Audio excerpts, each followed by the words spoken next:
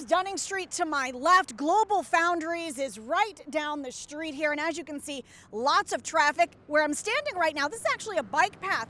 People are walking, biking, walking their dogs. And then you hear all that noise.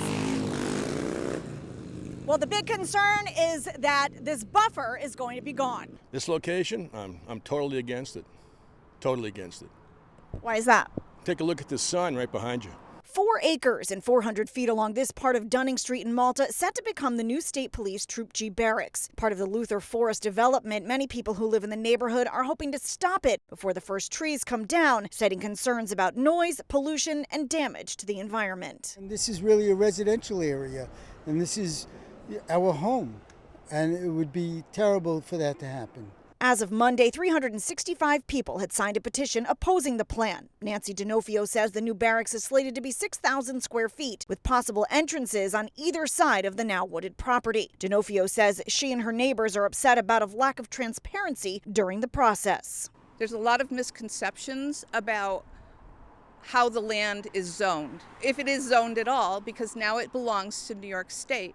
Ownership information shared with CBS 6 by residents lists the property as residential vacant land. CBS 6 reached out to the town of Malta to get the history of the property. A planned development district document dating back to 1977 shows the land was given to the town with plans for housing, forest, parks, and according to Section N, a portion of land for a firehouse and municipal building. Luther Forest residents were successful in stopping a proposed firehouse from being built in the same spot the barracks is now slated for back in 2012. Malta Town Supervisor Mark Hammond says talks to transfer that parcel to the state started in December of 2019, 3 years before he was elected. Hammond says the land donation was approved in May of 2021. The land was sold to the state for $1 in April of 22. The town council basically has washed their hands. What they said to me is, too bad for you. That was one of the things that they said.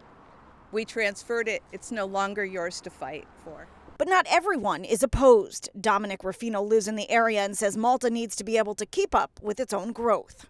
I think the police barracks is a good thing to come here and to stay in Malta, because to keep our police presence in the town and not lose them to, somewhere else in the town further away where it would be a longer response time and everything. I think we really need to keep them in the central part of town. CBS 6 reached out to state police asking for plans and information about the new barracks. State police said no comment at this time. Nancy and at least 364 others still hoping the state will reconsider. Please meet with us. Let's talk this through.